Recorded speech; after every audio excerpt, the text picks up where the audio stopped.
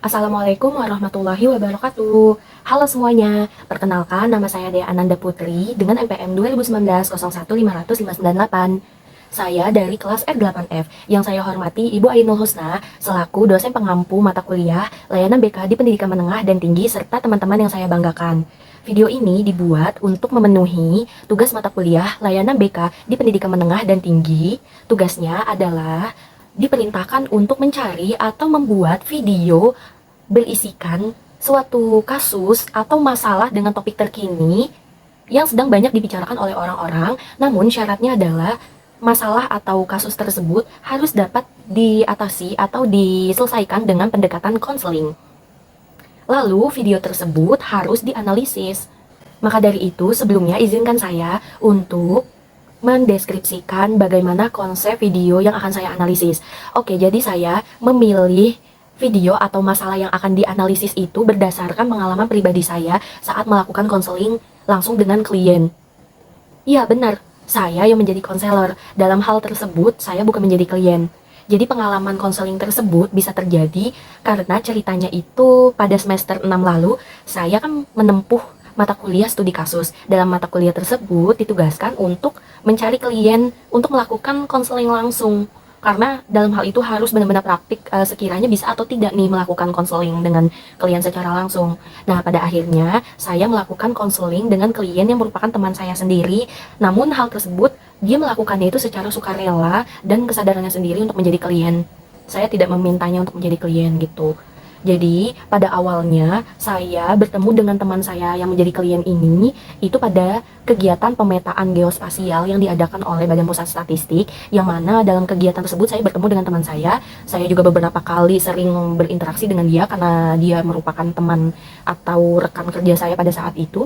Saya iseng menceritakan bahwa saya ada tugas studi kasus tadi yang harus melaksanakan konseling gitu, dan saya sedang mencari kliennya gitu. Nah, ternyata tidak terduga nih, dia ternyata berkenan untuk menjadi klien saya. Jadi pada saat itu kebetulan juga ia memiliki masalah gitu. Jadi ia berkenan, bersedia, terus juga dengan sukarelanya, dengan kesadarannya sendiri menjadi klien. Oke, akhirnya saya menemukan klien tersebut. Inisialnya adalah BW. Singkat cerita, dari kesukarelaannya menjadi klien saya pada saat itu, lalu saat itu juga nih, kita langsung mengobrol lebih dalam lagi nih, kira-kira beneran nggak mau jadi klien gitu, nanti dibantu dalam mengatasi masalahnya gitu, dengan kemandiriannya sendiri, dengan kemampuannya gitu. Saya hanya membantunya saja gitu. Ternyata iya mau nih. Oke, jadi saat itu kita melakukan konseling langsung gitu ceritanya. Jadi saya akan menganalisis kasus atau masalah si BW ini ya, si teman saya yang menjadi klien saya pada saat itu. Oke. Anyway, kasus atau masalah BW ini topiknya itu tuh dari dulu sampai sekarang saat ini nih itu selalu dialami oleh orang-orang. Maksudnya tuh banyak orang mengalami ini gitu. Jadi eksis terus nih. Tentang apa? Yaitu tentang pacar yang posesif. Iya betul, jadi BW ini memiliki pacar yang posesif. Jadi saya akan menganalisis masalah BW mengenai pacarnya yang posesif. Seperti itu. Oke, nanti di part selanjutnya nih, di video ini ada gambaran percakapan yang intinya itu berisikan apa sih masalah BW ini mengenai pacarnya yang posesif. Oke, let's see. Jadi gini Kak Dea, aku beneran mau kok jadi klien kakak. Selain itu, aku juga suka rela menceritakan masalah yang aku alamin. Alhamdulillah, jadi sebelumnya aku mau berterima kasih banget nih sama kamu karena udah suka rela untuk melakukan konseling ya. Sebelum melakukan proses konseling, ada beberapa hal yang perlu diperhatikan ya di sini. Aku mau menjelaskan mengenai dalam hal ini, dalam penjelasan teknik pengstrukturan, karena pada saat itu obrolannya panjang, jadi dipersingkat.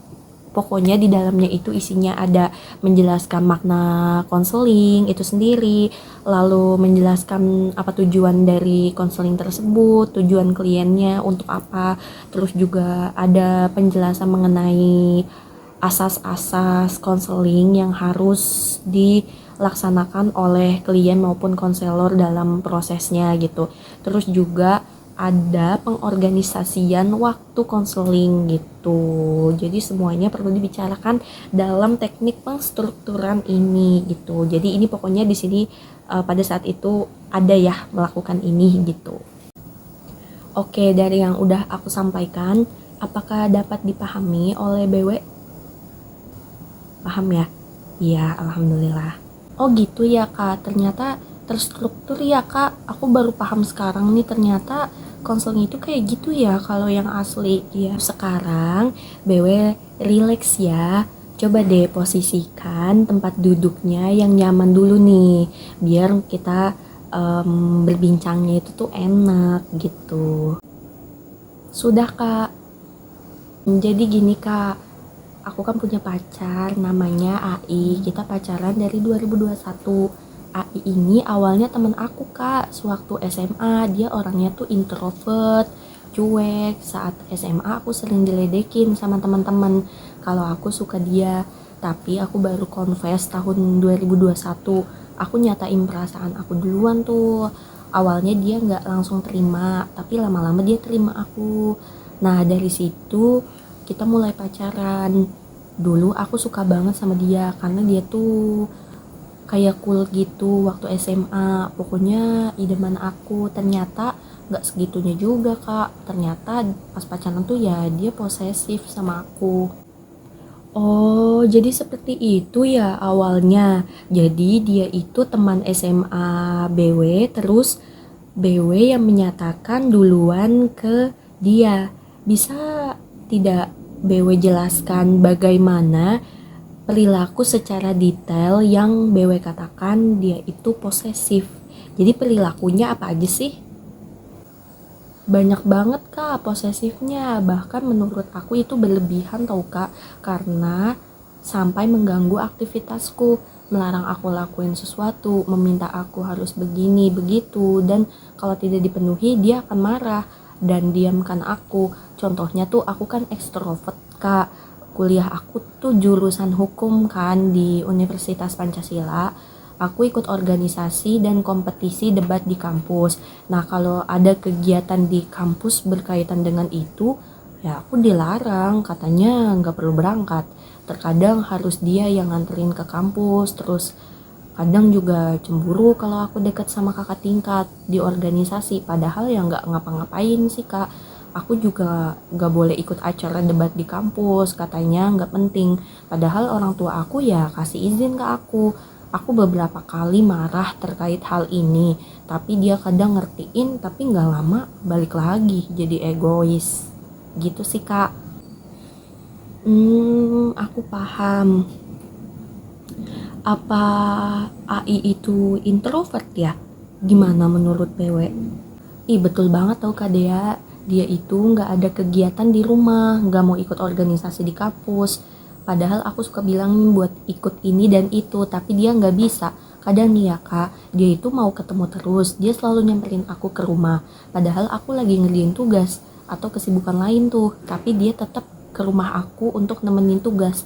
Tapi aku kesel soalnya aku kalau lagi sama dia tuh walaupun lagi nugas terus dia bilang mau nemenin, tapi tetap aja nggak boleh multitasking gitu kak. Gitu.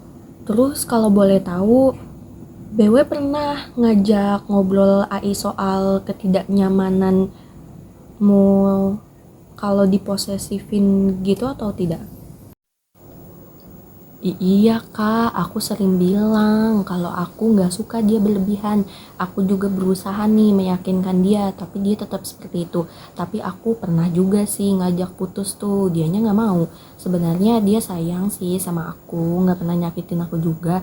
Cuma ya gitu, kurangnya itu dia tuh posesif sama aku, sampai aku berubah merasa kalau aku tuh bukan aku yang dulu.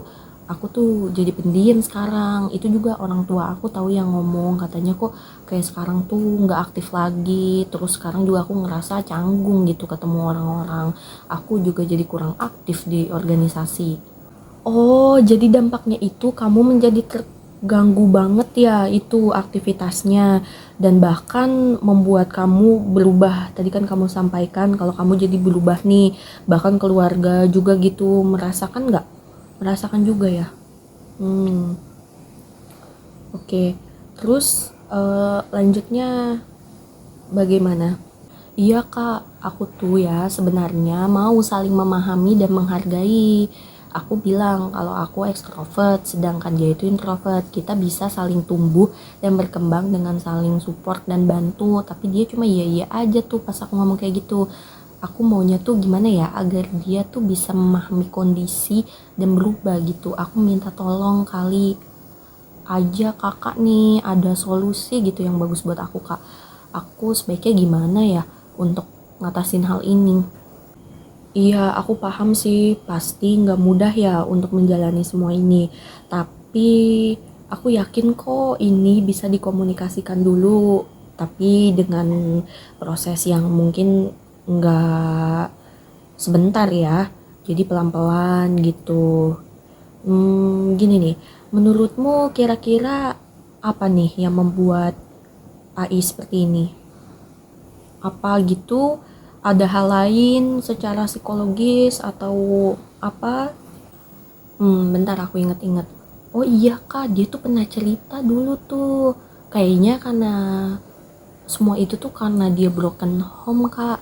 Nih kak, dia itu butuh diprioritasin, butuh perhatian lebih gitu kak. Karena nih ya, dia tuh cerita katanya orang tuanya udah bercerai kak. Terus dia juga punya trauma karena pandemi COVID. Makanya dia merasa aku tuh kayak sayang banget gitu sama dia. Aku doang gitu, dia tuh ngerasanya gitu doang, aku doang, cuma aku. Terus menurut kakak terkait hal tersebut gimana tuh kak? Nah berarti kalau kita analisis lebih dalam nih ya, itu penyebab utamanya, dan semua ada benang merah nih dari yang Bewa sampaikan tadi, bahwa mengenai alasan AI seperti itu nantinya akan ada beberapa pendekatan dan kegiatan yang BW bisa lakukan dalam konseling ini gitu, untuk AI juga, terus untuk BW juga, dan untuk hubungan kalian seperti itu.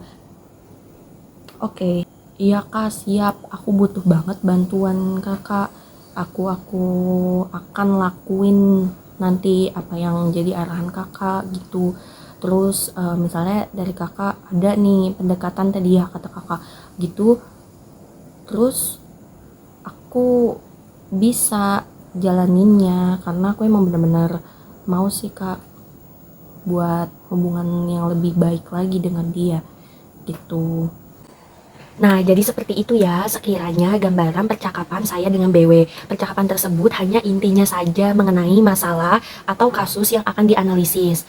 Untuk secara jelasnya akan saya jabarkan di latar belakang pada laporan PDF-nya, dan juga di sana terdapat analisis kasusnya, terus bagaimana identitas lengkapnya, terus juga bagaimana pendekatan konseling yang digunakan.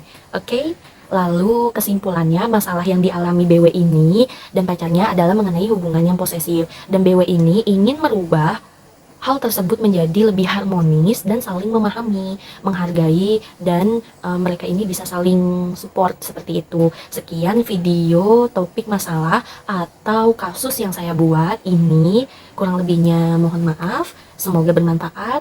Wassalamualaikum warahmatullahi wabarakatuh. Terima kasih.